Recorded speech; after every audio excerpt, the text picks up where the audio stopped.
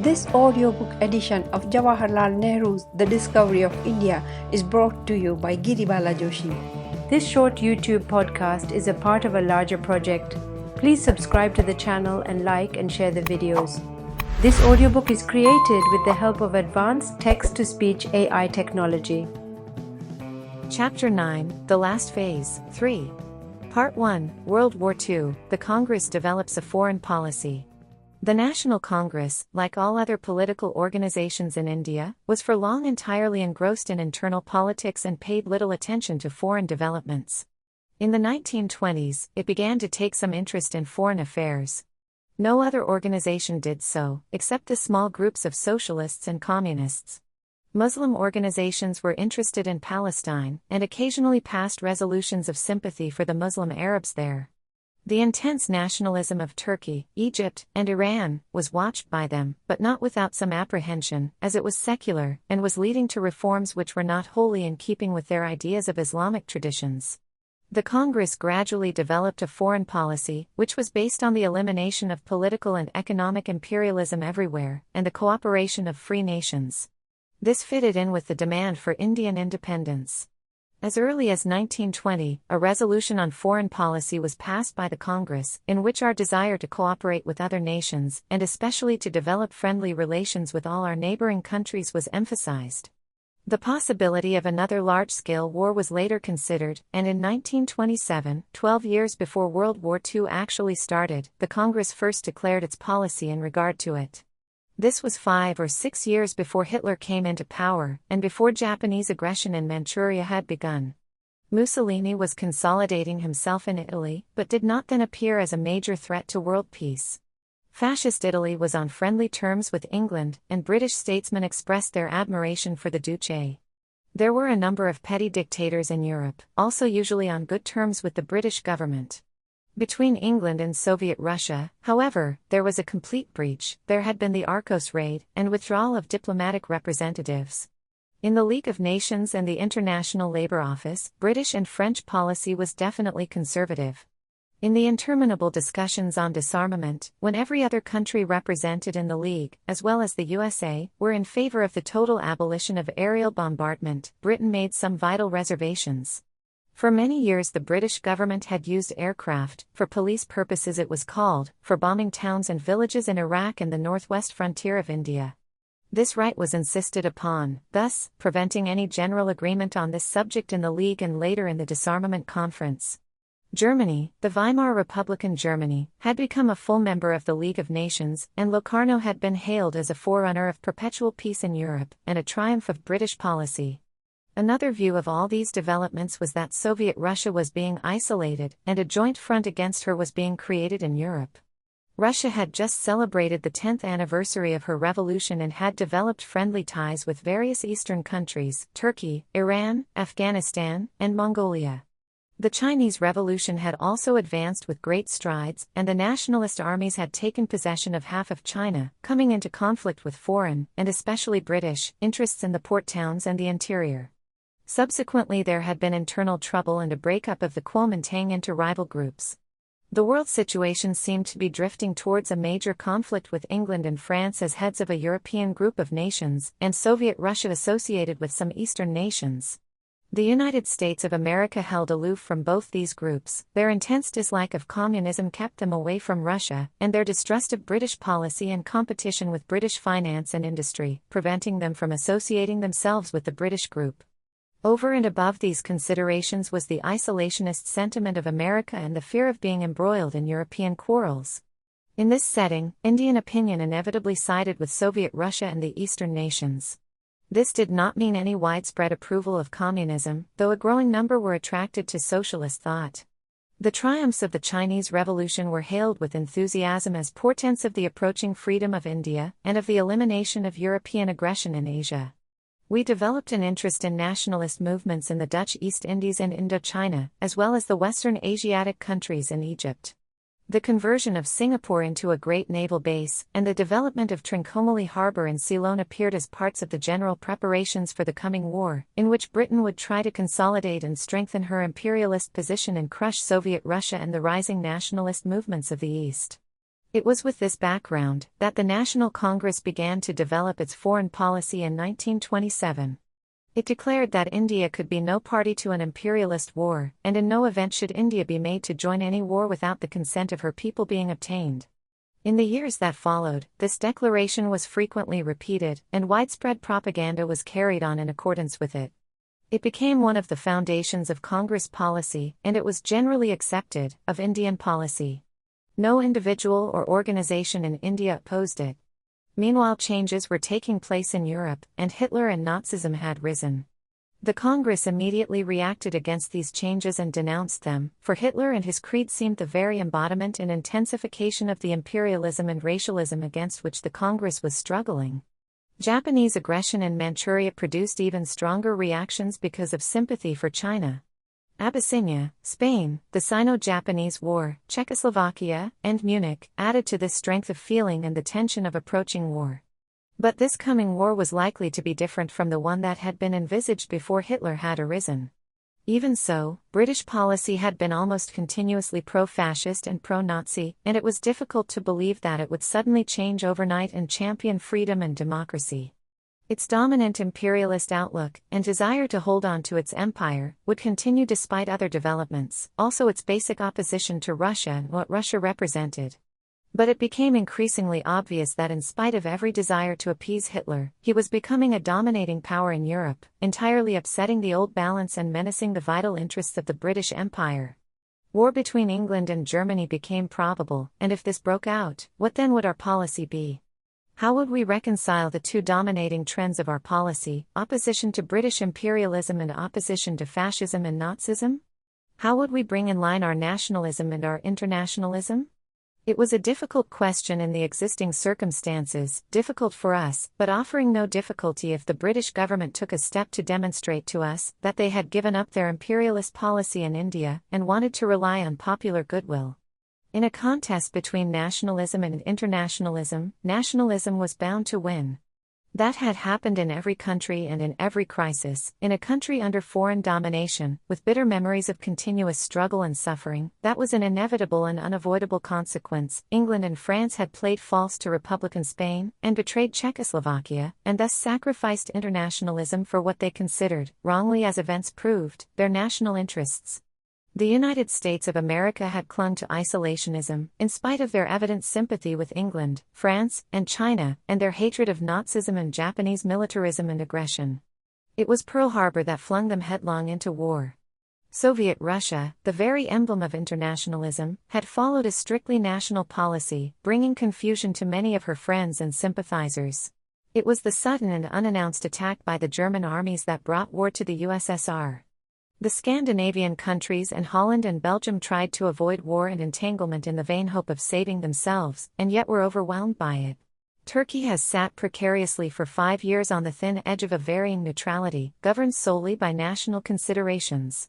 Egypt, still a semi-colonial country, in spite of its apparent independence, itself one of the major battle areas, occupies a curious and anomalous position. For all practical purposes, it is a belligerent country, completely under the control of the armed forces of the United Nations, and yet apparently it is not a belligerent. There may be justification or excuse for all these policies adopted by various governments and countries. A democracy cannot easily jump into war without preparing its people and gaining their cooperation. Even an authoritarian state has to prepare the ground. But whatever the reason or justification may be, it is clear that whenever a crisis has occurred, national considerations, or what were considered to be such, have been paramount, and all others, which did not fit in with them, have been swept away. It was extraordinary how, during the Munich crises, the hundreds of international organizations, anti-fascist leagues, etc., in Europe, were struck dumb and became powerless and ineffective. Individuals and small groups may become internationally minded and may even be prepared to sacrifice personal and immediate national interests for a larger cause, but not so nations. It is only when international interests are believed to be in line with national interests that they arouse enthusiasm. A few months ago, the London Economist, discussing British foreign policy, wrote, "The only foreign policy that has any hope of being consistently pursued is one in which national interests are fully and obviously safeguarded. No nation puts the interests of the international community before its own. It is only if the two can be seen to coincide that there is any possibility of effective internationalism. Internationalism can indeed only develop in a free country, for all the thought and energy of a subject country are directed towards the achievement of its own freedom. That subject condition is like a cancerous growth inside the body, which not only prevents any limb from becoming healthy, but is a constant irritant to the mind and colors all thought and action. Conflict is inherent in it, and such conflict leads to a concentration of thought on it and prevents a consideration of wider issues.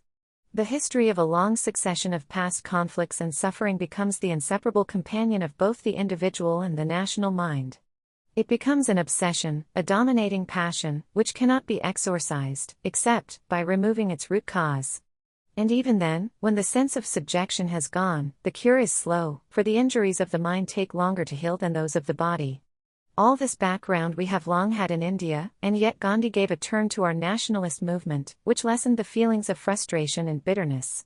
Those feelings continued, but I do not know of any other nationalist movement which has been so free from hatred. Gandhi was an intense nationalist. He was also, at the same time, a man who felt he had a message not only for India but for the world, and he ardently desired world peace. His nationalism, therefore, had a certain world outlook and was entirely free from any aggressive intent. Desiring the independence of India, he had come to believe that a world federation of interdependent states was the only right goal, however distant that might be. He had said, "My idea of nationalism is that my country may become free, that if need be the whole of the country may die, so that the human race may live. There is no room for race hatred here. Let that be our nationalism." And again, I do want to think in terms of the whole world. My patriotism includes the good of mankind in general. Therefore, my service of India includes the services of humanity. Isolated independence is not the goal of the world states. It is voluntary interdependence. The better mind of the world desires today not absolutely independent states, warring one against another, but a federation of friendly, interdependent states. The consummation of that event may be far off. I want to make no grand claims for our country. But I see nothing grand or impossible about our expressing our readiness for universal interdependence rather than independence. I desire the ability to be totally independent without asserting the independence. As the nationalist movement grew in strength and self-confidence, many people began to think in terms of a free India, what she would be like, what she would do, and what her relations with other countries would be. The very bigness and potential strength and resources of the country made them think in big terms. India could not be a mere hanger-on of any country or group of nations. Her freedom and growth would make a vital difference to Asia, and therefore to the world.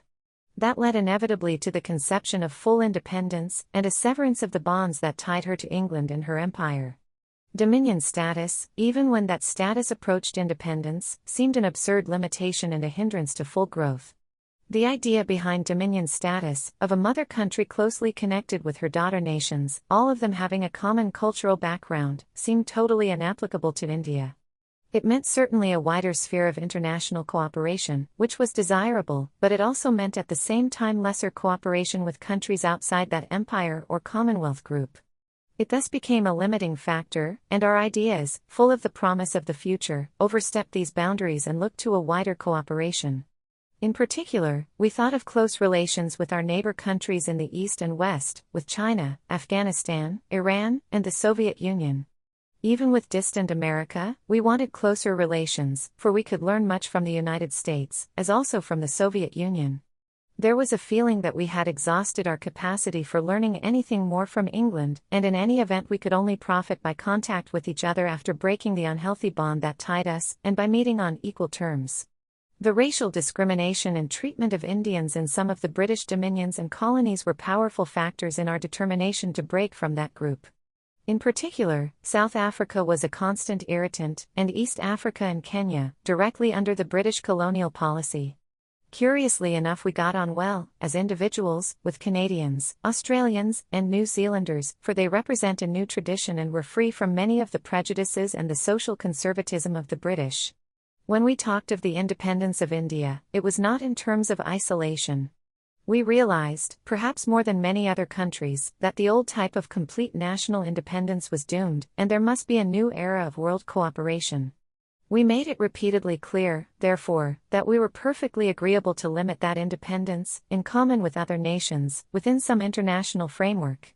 That framework should preferably cover the world, or as large a part of it as possible, or be regional. The British Commonwealth did not fit in with either of these conceptions, though it could be a part of the larger framework. It is surprising how internationally minded we grew in spite of our intense nationalism. No other nationalist movement of a subject country came anywhere near this, and the general tendency in such other countries was to keep clear of international commitments. In India also there were those who objected to our lining up with Republican Spain and China, Abyssinia and Czechoslovakia. Why antagonize powerful nations like Italy, Germany, and Japan? They said. Every enemy of Britain should be treated as a friend. Idealism has no place in politics, which concerns itself with power and the opportune use of it. But these objectors were overwhelmed by the mass sentiment the Congress had created and hardly ever gave public expression to their views. The Muslim League remained throughout discreetly silent, and never committed itself on any such international issue. In 1938, the Congress sent a medical unit consisting of a number of doctors and necessary equipment and material to China. For several years this unit did good work there. When this was organized, Subhas Bose was president of the Congress.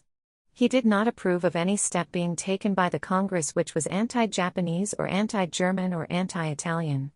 And yet such was the feeling in the Congress and the country that he did not oppose this or many other manifestations of Congress sympathy with China and the victims of fascist and Nazi aggression. We passed many resolutions and organized many demonstrations of which he did not approve during the period of his presidentship, but he submitted to them without protest because he realized the strength of feeling behind them. There was a big difference in outlook between him and others in the Congress executive, both in regard to foreign and internal matters, and this led to a break early in 1939. He then attacked Congress policy publicly, and early in August 1939, the Congress executive took the very unusual step of taking disciplinary action against him, one of its ex-presidents. End of Part 1, titled, World War II, The Congress Develops a Foreign Policy, of Chapter 9. Part 2, The Congress Approach to War. Thus, the Congress laid down and frequently repeated a dual policy in regard to war. There was, on the one hand, opposition to fascism, Nazism, and Japanese militarism, both because of their internal policies and their aggression against other countries. There was intense sympathy with the victims of that aggression, and there was a willingness to join up in any war or other attempt to stop this aggression. On the other hand, there was an emphasis on the freedom of India, not only because that was our fundamental objective for which we had continuously labored, but also especially in relation to a possible war. For we reiterated that only a free India could take proper part in such a war, only through freedom could we overcome the bitter heritage of our past relations with Britain and arouse enthusiasm and mobilize our great resources. Without that freedom the war would be like any old war, a contest between rival imperialism, and an attempt to defend and perpetuate the British Empire as such. It seemed absurd and impossible for us to line up in defense of that very imperialism against which we had been struggling for so long. And even if a few of us, in view of larger considerations, considered that a lesser evil, it was utterly beyond our capacity to carry our people. Only freedom could release mass energy and convert bitterness into enthusiasm for a cause. There was no other way. The Congress specially demanded that India should not be committed to any war without the consent of her people or their representatives, and that no Indian troops be sent for service abroad without such consent. The Central Legislative Assembly, consisting of various groups and parties, had also put forward this latter claim. It had long been a grievance of the Indian people that our armed forces were sent abroad for imperialist purposes and often to conquer or suppress other peoples with whom we had no quarrel whatever, and with whose efforts to regain their freedom we sympathized. Indian troops had been used as mercenaries for this purpose in Burma, China, Iran, and the Middle East, and parts of Africa. They have become symbols of British imperialism in all these countries and antagonized their peoples against India. I remember the bitter remark of an Egyptian, "You have not only lost your own freedom but you helped the British to enslave others."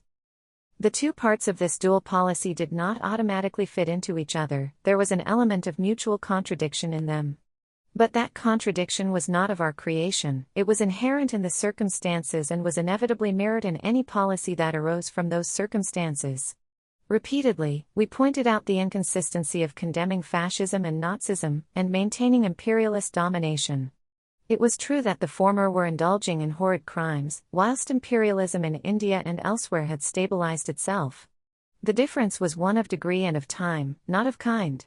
The former also were far away, something which we read about; the latter was always at our doorstep, surrounding all of us, and pervading the entire atmosphere. We emphasized the absurdity of holding aloft the banner of democracy elsewhere, and denying it to us in India. Whatever inconsistency there might have been in our dual policy, no question of the doctrine of non-violence coming in the way of armed conflict for defense or against aggression arose. I was in England and on the continent of Europe in the summer of 1938, and in speech, writing, and private conversation, I explained this policy of ours, and pointed out the dangers of allowing matters to drift or to remain as they were. At the height of the Sudetenland crisis, anxious Czechs asked me what India was likely to do in case of war. Danger was too near and terrible for them to consider fine points and old grievances; nevertheless, they appreciated what I said and agreed with the logic of it. About the middle of 1939, it became known that Indian troops had been dispatched overseas, probably to Singapore and the Middle East. Immediately there was an outcry at this having been done without any reference to the representatives of the people. It was recognized that troop movements during a period of crisis have often to be secret. Still, there were many ways of taking representative leaders into confidence. There were the party leaders in the Central Assembly, and in every province there were popularly elected governments. In the normal course, the central government had to consult and share confidence in many matters with these provincial ministers. But not even formal or nominal respect was shown to the people's representatives and the declared wishes of the nation. Steps were also being taken, through the British Parliament, to amend the Government of India Act of 1935, under which the provincial governments were functioning, with a view to concentrating all power, in the event of a war emergency, in the central government.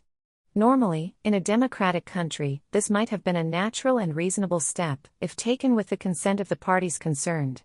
It is well known that federating states, provinces, or autonomous units in a federation are very jealous of their rights, and do not easily agree to give them up to a central administration even in a period of crisis and emergency. This tug-of-war is continuous in the USA, and as I write this, a referendum in Australia has rejected the proposal to add to the powers of the Commonwealth government at the expense of the states even for the purposes and duration of the war.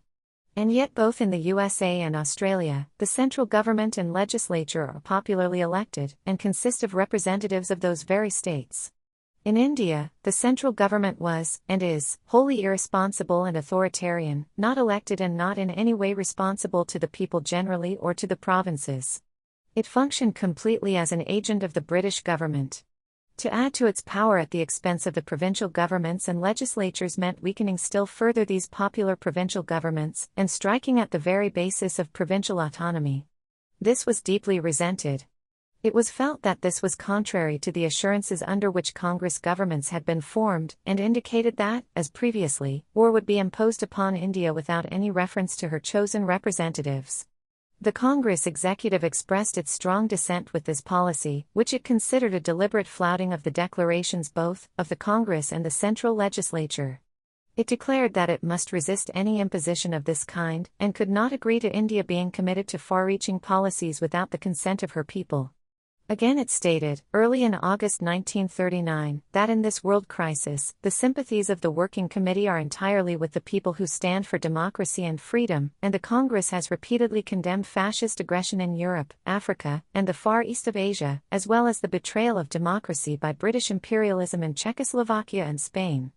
But, it was added, the past policy of the British government as well as recent developments, demonstrated abundantly that this government does not stand for freedom and democracy and may at any time betray these ideals.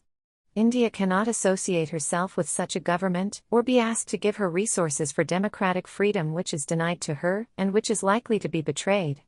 As a first step in protest against this policy, the Congress members of the Central Legislative Assembly were asked to refrain from attending the next session of the Assembly. This last resolution was passed 3 weeks before war actually broke out in Europe.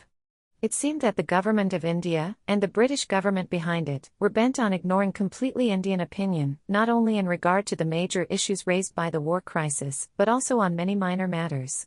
This policy was reflected in the attitudes of the governors in the provinces and the civil service administration, which became more non-cooperative with the Congress governments.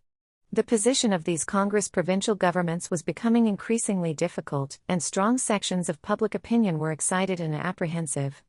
They feared that the British government would act as it had done a quarter of a century earlier in 1914, impose the war on India, ignoring the provincial governments and public opinion, and everything that had happened during this period, and make the war a cloak for suppressing such limited freedom as India had obtained, and exploiting her resources without check.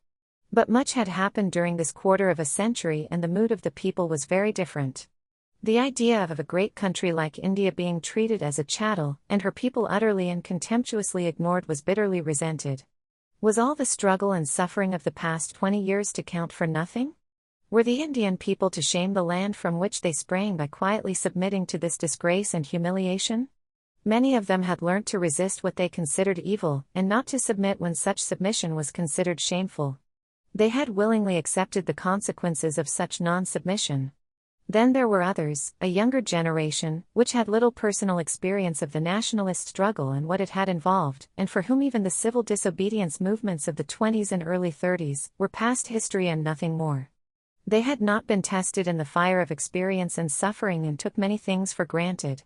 They were critical of the older generation, considering it weak and compromising, and imagined that strong language was good substitute for action. They quarreled amongst themselves over questions of personal leadership or fine points of political or economic doctrine. They discussed world affairs without knowing much about them. They were immature and lacked ballast.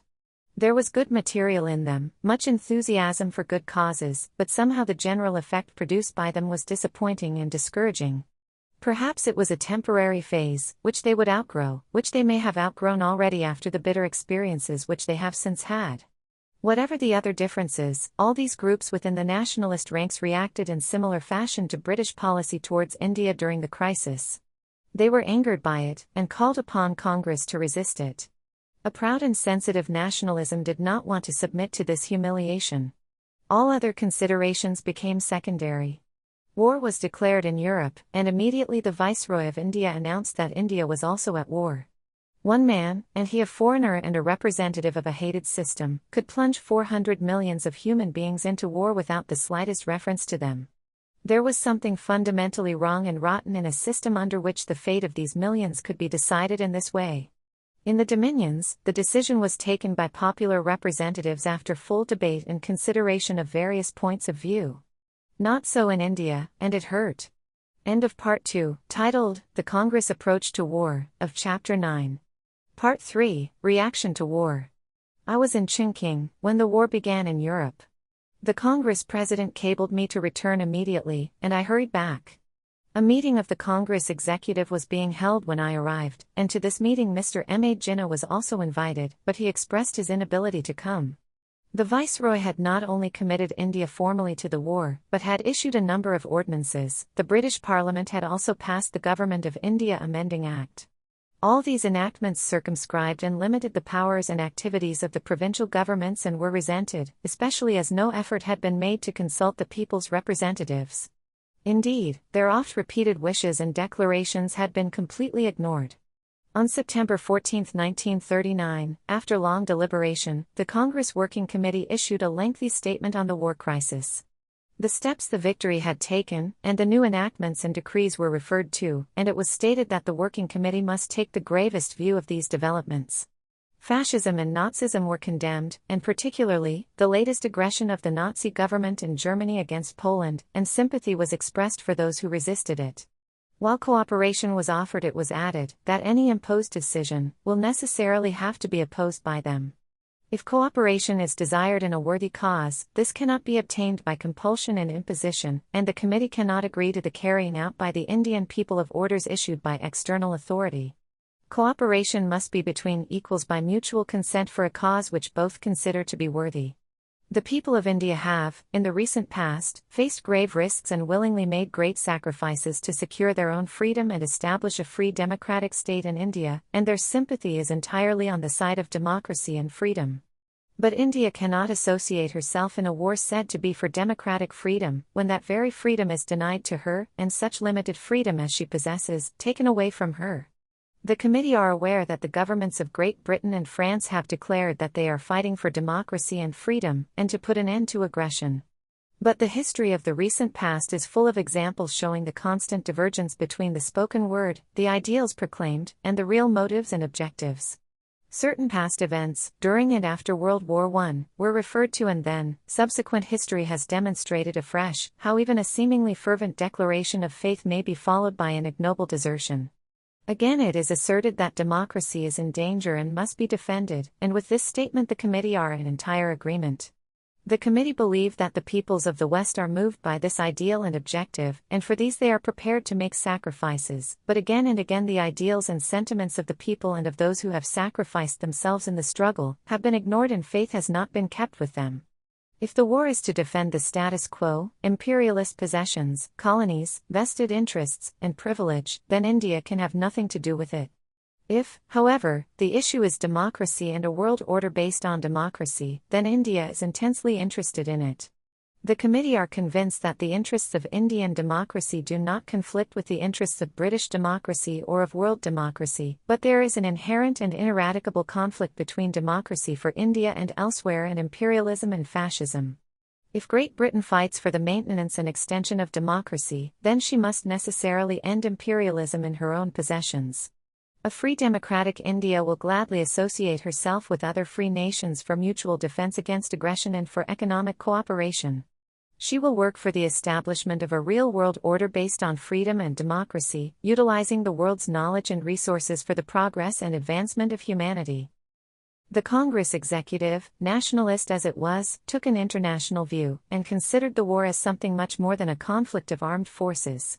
The crisis that has overtaken Europe is not of Europe only, but of humanity, and will not pass like other crises or wars, leaving the essential structure of the present-day world intact. It is likely to refashion the world for good or ill, politically, socially, and economically. This crisis is the inevitable consequence of the social and political conflicts and contradictions, which have grown alarmingly since the last Great War, and it will not be finally resolved till these conflicts and contradictions are removed and a new equilibrium established. That equilibrium can only be based on the ending of the domination and exploitation of one country by another, and on a reorganization of economic relations on a more just basis for the common good of all. India is the crux of the problem, for India has been the outstanding example of modern imperialism, and no refashioning of the world can succeed which ignores this vital problem. With her vast resources, she must play an important part in any scheme of world reorganization, but she can only do so as a free nation whose energies have been released to work for this great end. Freedom today is indivisible, and every attempt to retain imperialist domination in any part of the world will lead inevitably to fresh disaster. The committee proceeded to refer to the offers of rulers of Indian states to support the cause of democracy in Europe, and suggested that it would be fitting if they introduced democracy within their own states, where undiluted autocracy prevailed. The committee again stated their eagerness to help in every way, but expressed their apprehension at the trend of British policy both in the past and present in which they failed to find any attempt to advance the cause of democracy or self-determination or any evidence that the present war declarations of the British government are being, or are going to be, acted upon. They added, however, that in view of the gravity of the occasion, and the fact that the pace of events during the last few days has often been swifter than the working of men's minds, the committee desired to take no final decision at this stage, so as to allow for full elucidation of the issues at stake, the real objectives aimed at, and the position of India in the present and in the future. They invited therefore the British government to declare in unequivocal terms what their war aims are in regard to democracy and imperialism and the new order that is envisaged, in particular, how these aims are going to apply to India and to be given effect to in the present. Do they include elimination of imperialism and the treatment of India as a free nation, whose policy will be guided in accordance with the wishes of her people? The real test of any declaration is its application in the present, for it is the present that will govern action today, and give shape to the future. It will be infinite tragedy if even this terrible war is carried on in the spirit of imperialism and for the purpose of retaining this structure, which is itself the cause of war and human degradation. This statement, issued after anxious deliberation, was an attempt to overcome the barriers that had arisen between India and England, and poisoned their relations for a century and a half, to find some way to reconcile our eagerness to join in this world struggle with popular enthusiasm behind us, and our passionate desire for freedom. The assertion of India's right to freedom was no new thing, it was not the result of the war or the international crisis. It had long been the very basis for all our thoughts and activities, round which we had revolved for many generations. There was no difficulty whatever in making a clear declaration of India's freedom, and then adapting this to existing circumstances, keeping the needs of the war in view. Indeed, the very necessities of the war demanded it. If England had the desire and the will to acknowledge India's freedom, every major difficulty vanished and what remained was capable of adjustment with the consent of the parties concerned. In every province, provincial governments were functioning. It was easy to evolve a popular central apparatus of government for the war period, which would organize the war effort on an efficient and popular basis, cooperate fully with the armed forces, and be a link between the people and the provincial governments on the one hand, and the British government on the other. Other constitutional problems could be postponed till after the war, though of course it was desirable to attempt to solve them even earlier. After the war, the elected representatives of the people would draw up the permanent constitution and enter into a treaty with England in regard to our mutual interests. It was no easy matter for the Congress executive to make this offer to England, when most of our people had little appreciation of the international issues involved, and were expressing their resentment at recent British policy. We knew that long-standing distrust and suspicion on both sides could not vanish away by some magic word. Yet we hoped that the very stress of events would induce England's leaders to come out of their imperialist grooves, take a long view and accept our offer, thus ending the long feud between England and India, and releasing India's enthusiasm and resources for the war. But that was not to be, and their answer was a refusal of all we had asked for. It became clear to us that they did not want us as friends and colleagues, but as a slave people to do their bidding. We used the same word cooperation, but a different meaning was attached to it by either party. For us, cooperation was to be between comrades and equals; for them, it meant their commanding and our obeying without demur. It was impossible for us to accept this position without abandoning and betraying everything we had stood for, and that had given some meaning to our lives. And even if some of us had been willing to do so, we could not have carried our people with us. We would have been stranded, isolated, and cut off from the living currents of nationalism, as well as from the internationalism that we envisaged. The position of our provincial governments became difficult, and the choice for them was submission to continuous interference by the governor and the viceroy or conflict with them. The superior services were wholly on the governor's side, and looked upon the ministers and the legislature, even more than before, as intruders. Again, there was the old constitutional conflict between an autocratic king or his representatives and a parliament, with this addition, that the former were foreigners basing their rule on armed force. It was decided that the Congress governments in the 8 provinces out of 11, all except Bengal, Punjab, and Sindh, should resign in protest. Some were of opinion that instead of resigning they should carry on and thus invite dismissal by the governor. It was clear that in view of the inherent conflict, which was daily becoming more obvious, clashes between them and the governors were inevitable, and if they did not resign, they would be dismissed from office. They took the strictly constitutional course of resigning, and thus inviting a dissolution of the legislature and fresh elections. As big majorities were behind them in the legislatures, no other ministries could be formed. The governors, however, were anxious to avoid new elections, as they knew well enough that these would result in the overwhelming triumph of the Congress.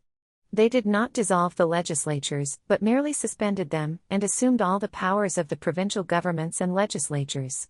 They became completely autocratic heads of provinces, making laws, issuing decrees, and doing everything else they wanted to without the slightest reference to any elected body or to public opinion.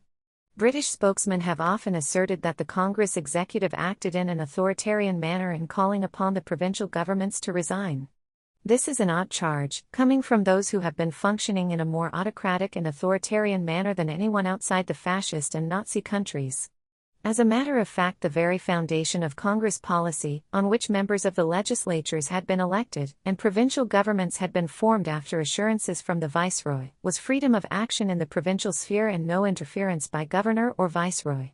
This interference was now of frequent occurrence, and even the statutory powers of the provincial governments, given under the Government of India Act of 1935, had been further limited. These statutory powers of the provinces were now overridden for war purposes by an amendment of the Act by the British Parliament. The discretion when and where to interfere in the provinces was left entirely to the Government of India, which meant the Viceroy, and no statutory safeguards were left to protect the powers of the provincial governments, which could carry on only on sufferance. The Viceroy and Governor-General, with the assured cooperation of his nominated Executive Council, could override, under cloak of war necessity, every decision of the provincial governments and legislatures. No responsible ministry could function in these circumstances. It would either come into conflict with the governor and the services, or with the legislature and its constituents. Each legislature, where there was a Congress majority, formally adopted the demand of the Congress after the war began, and the rejection of this demand by the Viceroy, inevitably, meant conflict or resignation. The general feeling among the rank and file was for launching a struggle with the British power. The Congress executive was, however, anxious to avoid this as far as possible, and took the milder course. It was easy for the British government to test the feeling of the people generally, or of the voters by having general elections. They avoided this because they had no doubt that elections would result in overwhelming Congress victories. In the major provinces of Bengal and the Punjab, and in the small province of Sindh, there were no resignations. In both Bengal and Punjab, the governors and the superior services had all along played a dominant role, and hence no conflict could arise. Even so, in Bengal, on a later occasion, the governor did not like the prime minister, and forced him and his ministry to resign. In Sindh also, at a later stage, the prime minister addressed a letter to the viceroy criticizing the British government's policy, and as a protest, gave up an honor conferred on him by that government. He did not resign. The viceroy, however, made the governor dismiss him from the premiership because of this letter, which was not considered in keeping with the viceregal dignity. It is nearly 5 years since the Congress provincial governments resigned. During this entire period, there has been one-man rule, the governors, in each of the provinces, and we have gone back, under the pretext and in the fog of war, to the full-blooded autocracy of the middle 19th century. The civil service and the police are supreme, and if any of their number, English or Indian, shows the slightest disinclination to carry out the ruthless policy of the British government, the gravest displeasure is visited on him. Much of the work done by the Congress governments has been undone, and their schemes have been liquidated. Fortunately, some of the tenancy legislation has remained, but even this is often interpreted against the interests of the tenants. During the last 2 years, in the 3 minor provinces of Assam, Orissa, and the northwest frontier, provincial governments have been reconstituted by the very simple device of imprisoning a number of members of the legislatures, and thus converting a minority into a majority. In Bengal, the existing ministry depends entirely on the support of the large European bloc. The Orissa ministry did not survive for long, and that province reverted to the governor's one-man rule. In the frontier province, a ministry continued to function, though it had no majority to back it, and hence a meeting of the legislature was avoided. In the Punjab and Sindh, special executive orders were passed on Congress members of the legislatures, those out of prison, preventing them from attending the sessions of the legislative assemblies or participating in any public activities. Footnote: early in 1945, the Frontier Legislative Assembly had at last to meet for the budget session. The ministry was defeated on a vote of confidence and resigned. A Congress ministry, with Dr. Khan Sahib as premier, then took office. End of footnote. End of Part 3, titled, Reaction to War, of Chapter 9. Part 4, Another Congress Offer and its Rejection by the British Government, Mr. Winston Churchill. The changeover to autocratic and one-man rule in 8 of the provinces was not a mere substitution of the people at the top, such as a change in ministries might indicate. It was a radical and organic change affecting the whole spirit, policy, and methods of the entire state organization. The legislatures and the various popular checks on the executive and the permanent services vanished, and the approach of the civil service, from the governor downwards, and of the police service, towards the public became different. It was not merely a reversion and setback to the days before the Congress governments had come into power. It was much worse. In so-called law, it was a going back to the unchecked autocracy of the 19th century. In practice, it was harsher, as the old confidence and paternalism were absent, and all the fear and passion of a long-established vested interest which was breaking up, pervaded the British element in the administration. The 2¼ years of Congress governments had been hard to bear. The carrying out of the policy and orders of those who could always be sent to prison if they gave trouble had not been pleasant. Now there was a desire not only to resume the old thread, but also to put these troublemakers in their proper places. Everyone, the peasant in the field, the worker in the factory, the artisans and the shopkeepers, the industrialists, the professional classes, the young men and women in colleges, the subordinate services, and even those Indians in the higher ranks of the services, who had shown any enthusiasm for the popular governments, must be made to realize that British Raj still functioned and had to be reckoned with. It was that Raj that would determine their individual future and their chances of preferment, and not some temporary intruders from outside. Those who had functioned as the secretaries of the ministers were now the bosses, acting under the governor, and spoke again in their old superior way. The district magistrates resumed their old functions of gauleiters for their respective areas. The police felt freer to revert to old habits, knowing well that they would be supported and protected from above even when they misbehaved. The fog of war could be made to cover everything. Many, even critics of Congress governments, viewed this prospect with dismay. They remembered now many of the virtues of those governments, and expressed their strong displeasure at their resignation. According to them, they should have held on whatever the consequences. Curiously enough, even members of the Muslim League were apprehensive. If this was the reaction of non-congressmen and critics of the Congress governments, the reaction of the members and sympathizers of the Congress and the members of the legislatures can well be imagined.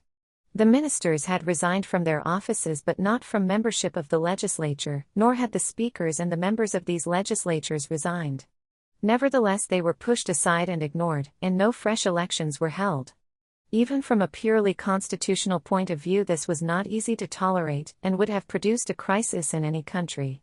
A powerful, semi-revolutionary organization, like the Congress, representing the nationalist sentiment of the country, and with a long record of struggle for freedom behind it, could not passively accept this autocratic one-man rule.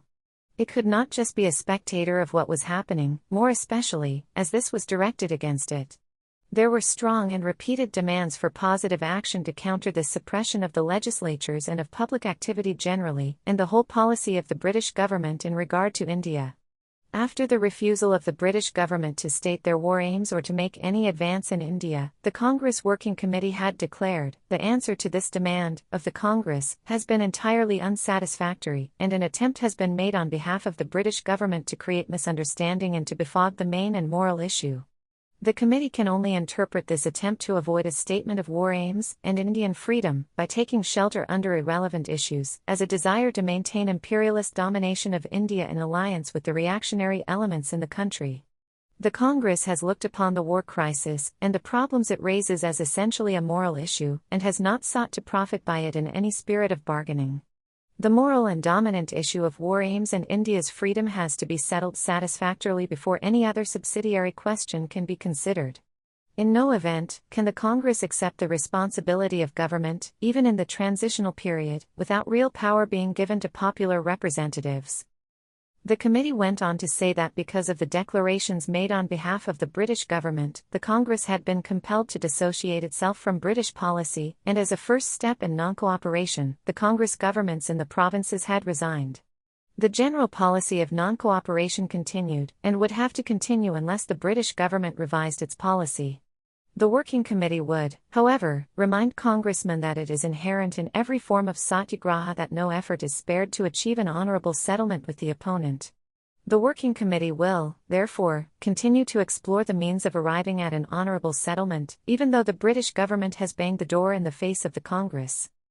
In view of the excitement prevailing in the country, and the possibility of young men taking to violent courses, the committee reminded the country of the basic policy of nonviolence, and warned it against any breach of it. Even if there was to be any civil resistance, it must be wholly peaceful.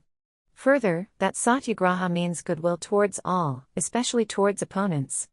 This reference to nonviolence had no connection with the war or with the defense of the country against aggression. It was meant to apply to any action that might be taken in the cause of Indian freedom against British rule.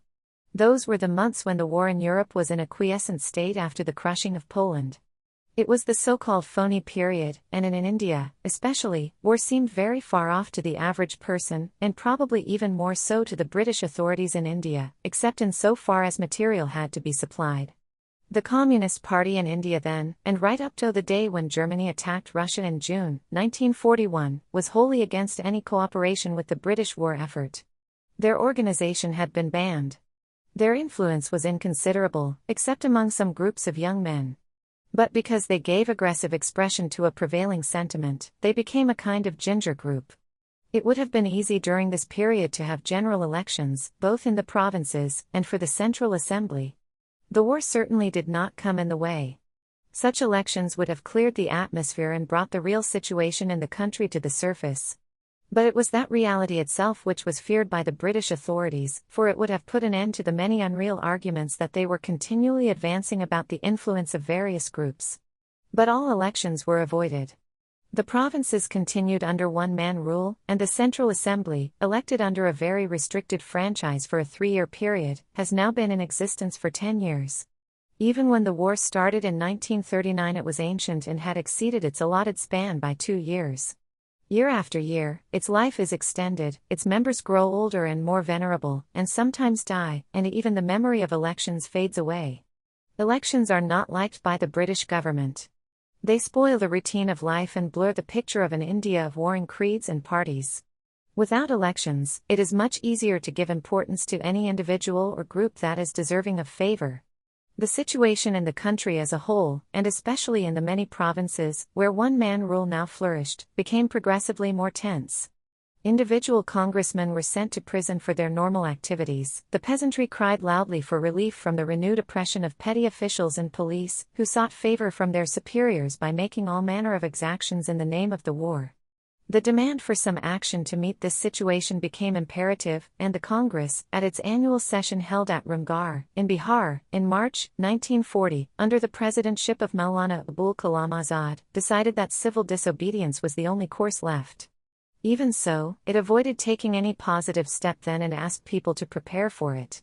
There was a sense of deepening internal crisis, and it seemed that a conflict was inevitable. The Defence of India Act, passed as a war measure, was being used extensively to suppress normal activities and arrest and imprison people, many without trial. The sudden change in the war situation, resulting in the invasion of Denmark and Norway, and a little later, in the astonishing collapse of France, produced a profound impression. People's reactions naturally varied, but there was a powerful current of sympathy for France and for England immediately after Dunkirk and during the air blitz over England.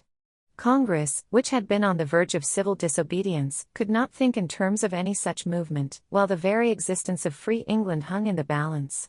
There were some people, of course, who thought that England's difficulty and peril were India's opportunity, but the leaders of the Congress were definitely opposed to any such advantage being taken of a situation full of disastrous foreboding for England, and declared so publicly.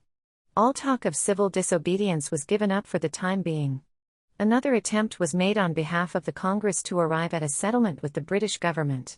If the previous attempt had been far-reaching and asked for a declaration of war aims in addition to changes in India, the present one was brief and concise, and referred to India only. It asked for a recognition of Indian freedom and the establishment of a national government at the centre, which meant the cooperation of various parties. No fresh legislation by the British Parliament was envisaged at that stage. Within the legal framework then existing, Congress proposed that a national government be formed by the Viceroy. The changes proposed, important as they were, could be brought about by agreement in convention. Statutory and constitutional changes would of course have to follow, but they could await further discussion and a more favorable opportunity, provided that India's claim to complete freedom was recognized. Under these conditions, full cooperation in the war effort was offered. These proposals, initiated by C. Rajagopalachari, toned down the oft-repeated Congress demand. They were much less than what we had long been claiming. They could be put into effect immediately without legal difficulty. They tried to meet the claims of other important groups and parties, for the national government would inevitably be a composite government. They even took into consideration the peculiar position of the British government in India. The Viceroy was to continue, though it was presumed that he would not veto the decisions of the national government. But his presence as the head of the administration necessarily meant intimate contacts with that government. The war apparatus remained under the commander-in-chief, the whole complicated structure of civil administration built up by the British remained. Indeed, the principal effect of the change would be to introduce a new spirit in the administration, a new outlook, a vigor, and increasing popular cooperation in the war effort as well as in tackling the serious problems that were facing the country. These changes, together with the definite assurance of India's independence after the war, would produce a new psychological background in India, leading to the fullest cooperation in the war. It was no easy matter for the Congress to put forward this proposal after all its past declarations and experiences. It was felt that a national government built up and circumscribed in this way would be ineffective and rather helpless. There was considerable opposition in Congress circles, and it was only after much difficult and anxious thinking that I brought myself round to agree to it. I agreed chiefly because of larger international considerations and my desire that, if it was at all honorably possible, we should identify ourselves completely with the struggle against fascism and Nazism. But there was a much greater difficulty before us, and that was Gandhiji's opposition. This opposition was almost entirely due to his pacifism. He had not opposed our previous offers to help in the war effort, though no doubt he must have felt uncomfortable about them. Right at the beginning of the war, he had told the Viceroy that Congress could give full moral help only, but that had not been the Congress position, as subsequently and repeatedly defined. Now he expressed himself definitely against Congress agreeing to undertake responsibility for a violent war effort. He felt so strongly that he broke on this issue from his colleagues as well as the Congress organization. This was a painful wrench to all those associated with him, for the Congress of today was his creation. Nevertheless, the Congress organization could not accept his application of the principle of non-violence to the war situation, and in its eagerness to bring about a settlement with the British government, it went to the extreme length of breaking with its cherished and well-loved leader. The situation in the country was deteriorating in many ways. Politically, this was obvious. Even economically, while some among the peasantry and the workers were somewhat better off owing to war conditions, large numbers had been hit hard. The persons who were really prospering were the war profiteers, contractors, and a horde of officials, chiefly British, employed at fancy salaries for war work. The government's idea apparently was that the war effort would be best promoted by encouraging the motive for excessive profit. Corruption and nepotism were rampant, and there were no popular checks on them.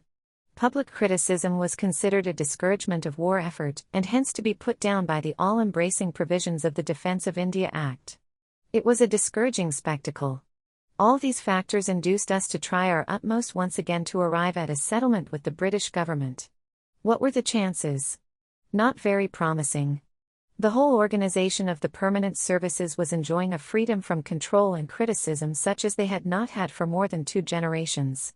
They could clap in prison any person they disapproved of, with or without trial. The governors enjoyed unrestrained power and authority over vast provinces. Why should they consent to a change, unless they were forced to do so by circumstances?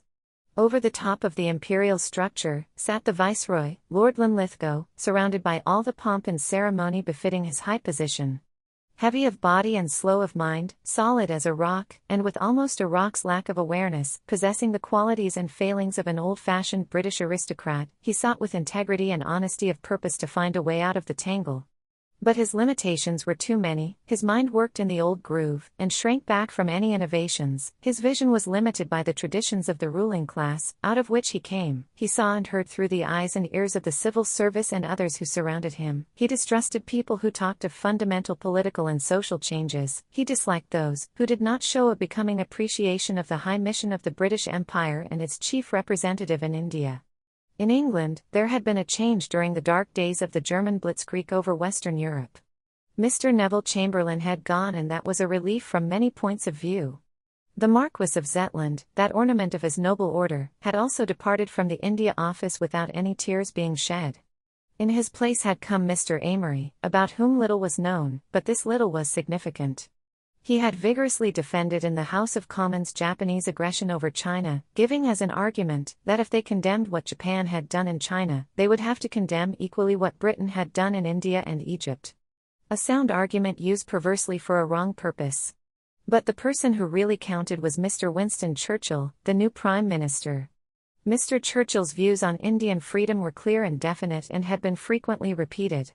He stood out as an uncompromising opponent of that freedom. In January 1930, he had said, "Sooner or later, you will have to crush Gandhi and the Indian Congress and all they stand for." In December of that year he said, "The British nation has no intention whatever of relinquishing control of Indian life and progress. We have no intention of casting away that most truly bright and precious jewel in the crown of the king, which, more than all our dominions and dependencies, constitutes the glory and strength of the British Empire." Later, he explained what those magic words dominion status, so frequently thrown at us, really meant in relation to India. In January 1931, he said, "We have always contemplated it, dominion status, as the ultimate goal, but no one has supposed, except in a purely ceremonious sense in the way in which representatives of India attend conferences during the war, that the principle and policy for India would be carried into effect in any time, which it is reasonable or useful for us to foresee." And, again, in December 1931, most of the leading public men, of whom I was one in those days, made speeches, I certainly did, about dominion status, but I did not contemplate India having the same constitutional rights and system as Canada in any period which we can foresee. England, apart from her empire in India, ceases forever to exist as a great power. That was the crux of the question. India was the empire, it was her possession and exploitation that gave glory and strength to England and made her a great power. Mr. Churchill could not conceive of England except as the head and possessor of a vast empire, and so he could not conceive of India being free. And dominion status, which had so long been held out to us as something within our grasp, was explained to be a mere matter of words and ceremony, very far removed from freedom and power. Dominion status, even in its fullest sense, had been rejected by us and we claimed independence. The gulf between Mr. Churchill and us was vast indeed. We remembered his words and knew him to be a stout and uncompromising person. We could hope for little from England under his leadership. For all his courage and great qualities of leadership, he represented the 19th century, conservative, imperialist England, and seemed to be incapable of understanding the new world with its complex problems and forces, and much less the future which was taking shape. And yet, he was a big man, who could take a big step. His offer of a union with France, though made at a time of dire peril, showed vision and adaptation to circumstances, and had impressed India greatly. Perhaps the new position he occupied, with its vast responsibilities, had enlarged his vision and made him outgrow his earlier prejudices and conceptions. Perhaps, the very needs of the war situation, which were paramount for him, would compel him to realize that India's freedom was not only inevitable, but desirable from the point of view of the war. I remembered that when I was going to China in August 1939, he had sent me, through a mutual friend, his good wishes for my visit to that war-racked country. So we made that offer not without hope, though not hoping too much. The response of the British government came soon after. It was a total rejection, and, what was more, it was couched in terms which convinced us that the British had no intention, whatever, of parting with power in India. They were bent on encouraging division and strengthening every medieval and reactionary element. They seemed to prefer civil war and the ruin of India to a relaxation of their imperialist control. Used though we were to this kind of treatment, it came as a shock and a feeling of depression grew. I remember writing an article just then to which I gave the title, "The Parting of the Ways." I had long stood for the independence of India, convinced that in no other way could we progress and develop as a people, or have normal friendly and cooperative relations with England. Yet, I had looked forward to those friendly relations. Now suddenly, I felt that unless England changed completely there was no common path for us. We must follow different ways. End of Part 4, titled, Another Congress Offer and Its Rejection by the British Government, Mr. Winston Churchill, of Chapter 9. Part 5, Individual Civil Disobedience. So, instead of the intoxication of the thought of freedom which would unleash our energies and throw us with a nation's enthusiasm into the world's struggle, we experienced the aching frustration of its denial. And this denial was accompanied by an arrogance of language, a self-glorification of British rule and policy, and an enumeration of conditions, which were said to be necessary before India could claim freedom, conditions, some of which seemed impossible of realization. It became obvious that all this talk and ritual of parliamentary debate in England, of rounded phrases and pompous utterance, was just political trickery, barely veiling the fixed intention to hold on to India as an imperial domain and possession for as long as this was possible. The claws of imperialism would continue deep in the living body of India. And that was the measure of that international order of freedom and democracy for which Britain claimed to be fighting. There was yet another significant indication. Burma had put forward a modest claim that an assurance of dominion status after the war be given to her. This was long before the Pacific War started, and in any event it did not interfere with the war in any way, for it was only intended to take effect after the conclusion of hostilities. She asked for dominion status only, not independence. As in the case of India, she had been told repeatedly that dominion status was the goal of British policy. Unlike India, she was a much more homogeneous country, and all the objections, real or fancied, which were advanced by the British in the case of India, did not apply to her. Yet, that unanimous demand was refused and no assurance was given. Dominion status was for some distant hereafter. It was a vague and shadowy metaphysical conception, which applied to some other world, some different age from ours. It was, as Mr. Winston Churchill had indicated, empty verbiage and ceremony with no relation to the present or to the immediate future. So also the objections that were raised against India's independence, the absurd conditions that were laid down, were empty verbiage which everyone knew had no reality or substance. The only realities were Britain's determination to hold on to India at all costs and India's determination to break this hold. All else was quibbling, lawyers' talk, or diplomatic prevarication. Only the future could show the result of this conflict between incompatibles. The future showed us soon enough the results of British policy in Burma. In India also, that future slowly unrolled itself, bringing struggle and bitterness and suffering in its train. To remain passive spectators of what was happening in India after the last insolent repulse from the British government became impossible. If this was the attitude of that government in the middle of a perilous war, when millions of people all over the world believed and faced enormous sacrifices in the cause of freedom, what would it be when the crisis was over, and that popular pressure had subsided? Meanwhile, our people were being picked off all over India and sent to prison, our normal activities were interfered with and restricted. For it must be remembered that the British government in India is always carrying on a war against the nationalist and labour movements. It does not wait for civil disobedience to take action. That war flares up occasionally and becomes an attack on all fronts, or it tones down a little, but always it has continued. Footnote: many people have been in prison continuously from the pre-war period. Some young comrades of mine have now spent 15 years in prison and are still there. They were boys when they were sentenced, barely out of their teens, now they are gray-haired and middle-aged. I have come across them during my repeated visits to the United Provinces prisons. I have come, stayed for a while, and then gone out. They have remained. Although they are United Provinces men and have been kept for some years in United Provinces prisons, they were sentenced in the Punjab and are therefore under the orders of the Punjab government. The Congress government in the United Provinces recommended their release, but the Punjab government did not agree. End of footnote.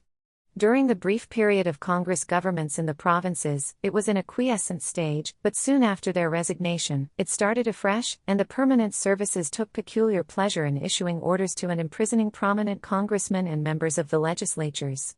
Positive action became inevitable, for sometimes the only failure is in failing to act. That action could only be, in accordance with our established policy, in the nature of civil disobedience. Yet, care was taken, not to have any popular upheavals, and civil disobedience was limited to chosen individuals. It was, what is called, individual civil disobedience, as contrasted with the mass variety of it. It was really in the nature of a great moral protest. From a politician's point of view, it seems odd that we should deliberately avoid any attempt to upset the administration, and make it easy for it to put the troublemakers in prison. That has not been the way of aggressive political action or revolution anywhere else. Yet that was Gandhi's way of combining morality with revolutionary politics, and he was always the inevitable leader when any such movement took place. It was his way of showing that while we refused to submit to British policy and showed our resentment and determination by voluntarily inviting suffering for ourselves, yet our object was not to create trouble. This individual civil disobedience movement started in a very small way, each person having to pass some kind of a test and get permission, before he or she could take part in it. Those who were chosen broke some formal order, were arrested, and sentenced to imprisonment. As is usual with us, men at the top were chosen first, members of the Congress executive, ex-ministers of provincial governments, members of the legislatures, members of the All India and provincial Congress committees. Gradually, the circle grew till between 25 to 30,000 men and women were in prison. These included the speakers, and a large number of members of our provincial legislative assemblies, which had been suspended by the government. Thus, we demonstrated that if our elected assemblies were not allowed to function, their members would not submit to autocratic rule, and preferred prison to it. Apart from those who offered formal civil disobedience, many thousands were arrested and sentenced for making speeches, or for some other activity, or detained without trial. I was arrested at an early stage and sentenced to 4 years imprisonment for a speech. From October 1940, for over a year, all these persons remained in prison. We tried to follow, with such material as we could obtain, the course of the war and of events in India and the world. We read of the 4 freedoms of President Roosevelt, we heard of the Atlantic Charter, and, soon after, of Mr. Churchill's qualification that this charter had no application to India. In June 1941, we were stirred by Hitler's sudden attack on Soviet Russia and followed with anxious interest the dramatic changes in the war situation. On December 4, 1941, many of us were discharged. 3 days later, came Pearl Harbor and the Pacific War. End of Part 5, titled, Individual Civil Disobedience, of Chapter 9. Part 6, After Pearl Harbor, Gandhi and Nonviolence. When we came out of prison, the nationalist position, the question of India versus England, had in no way changed. Prison affects people in various ways, some break down or weaken, others grow harder and more confirmed in their convictions, and it is usually the latter whose influence is felt more by the mass of the people. But though nationally we remained where we were, Pearl Harbor, and what followed it suddenly created a new tension, and gave a new perspective. The Congress Working Committee met immediately after in this new atmosphere of tension. The Japanese had made no great advance till then, but major and stunning disasters had already taken place. The war ceased to be a distant spectacle and began to approach India and affect her intimately. Among congressmen, the desire to play an effective part in these perilous developments became strong, and the jail-going business seemed pointless in this new situation. But what could we do unless some door was open for honorable cooperation, and the people could be made to feel some positive inspiration for action? A negative fear of threatening danger was not enough.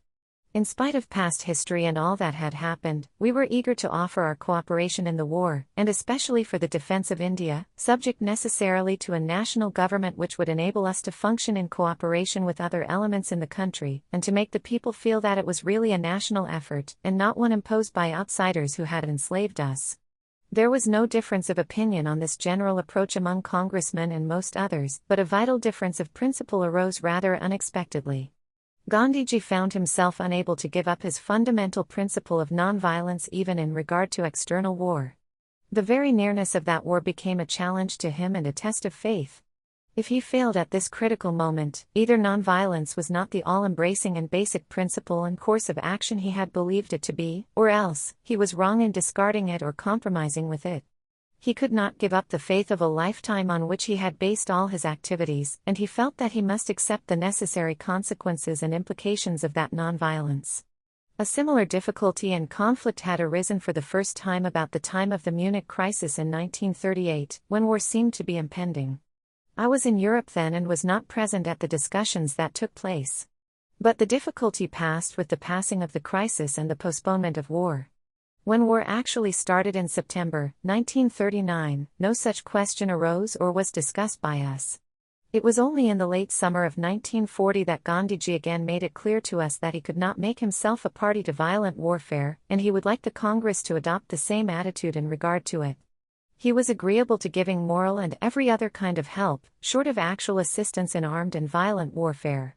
He wanted Congress to declare its adherence to the principle of nonviolence even for a free India. He knew, of course, that there were many elements in the country, and even within the Congress, which did not have that faith in nonviolence. He realized that a government of free India was likely to discard nonviolence when questions of defense were concerned and to build up military, naval, and air power.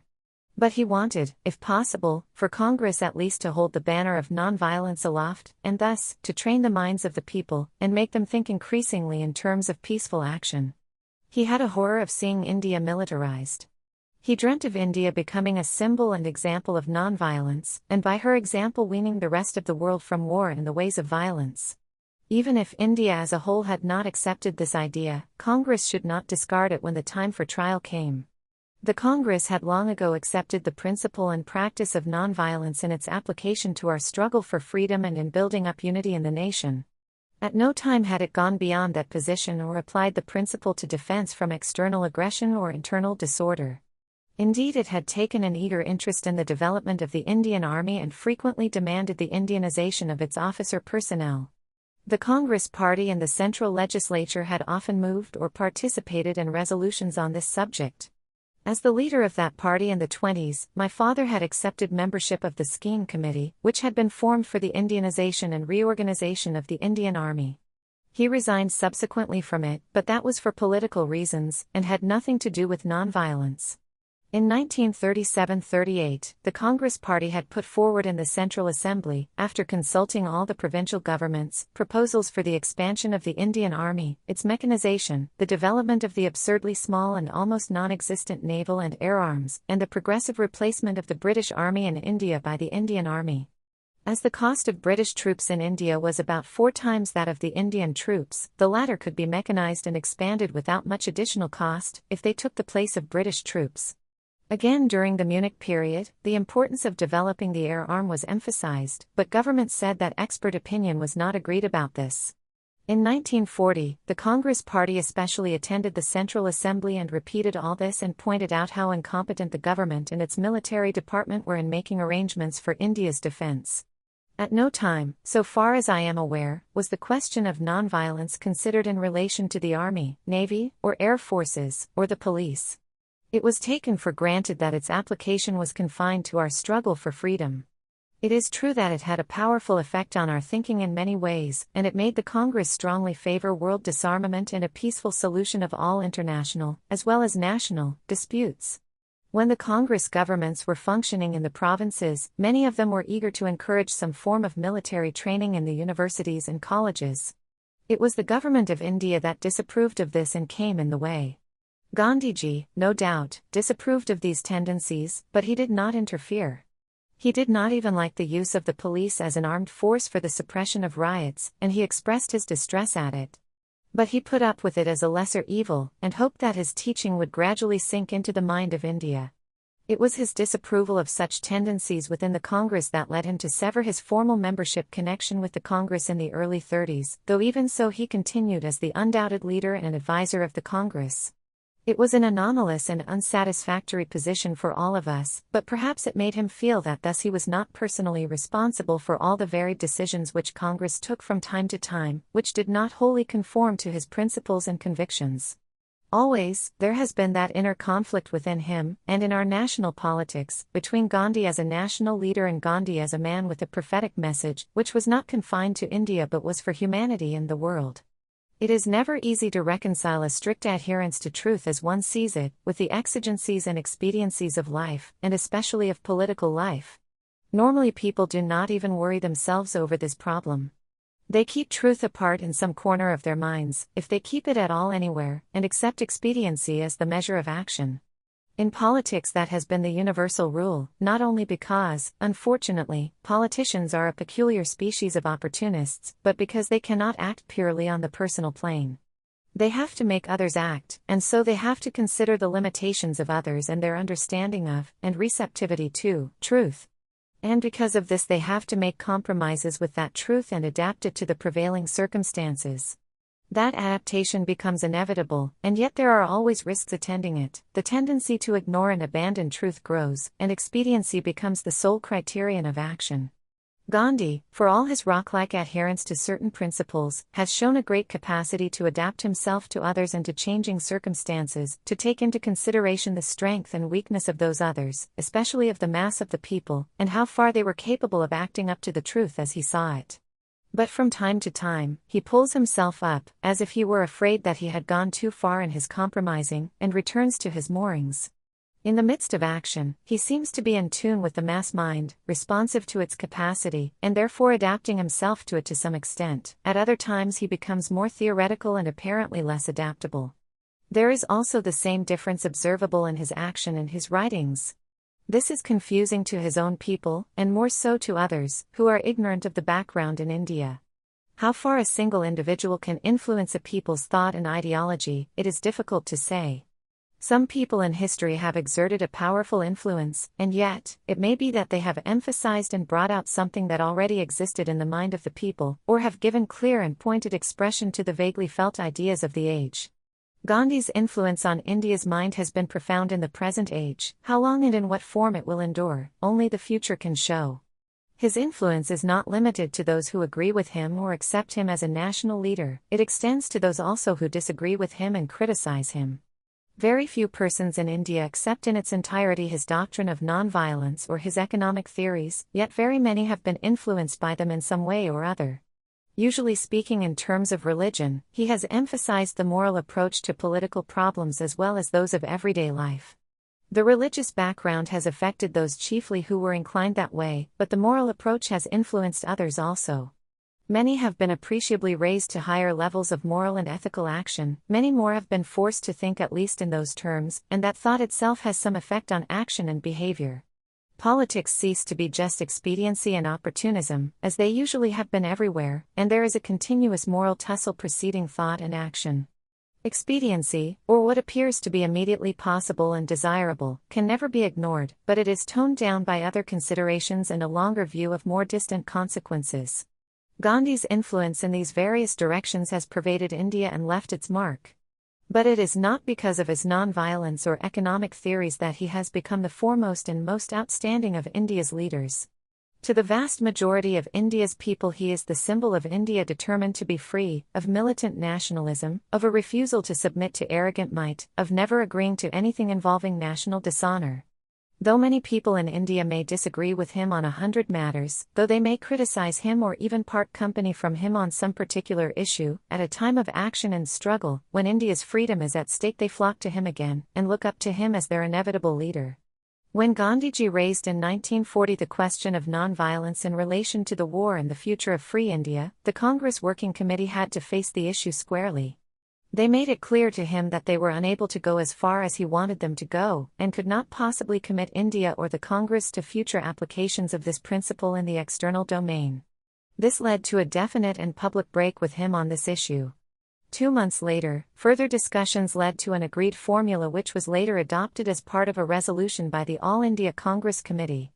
That formula did not wholly represent Gandhiji's attitude, it represented what he agreed, perhaps unwillingly, that Congress should say on this subject. At that time, the British government had already rejected the latest offer made by the Congress for cooperation in the war on the basis of a national government.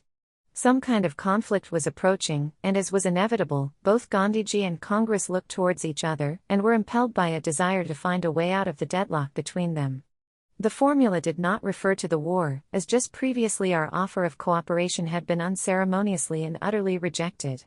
It dealt theoretically with the Congress policy in regard to nonviolence, and for the first time stated how, in the opinion of the Congress, the free India of the future should apply it in its external relations.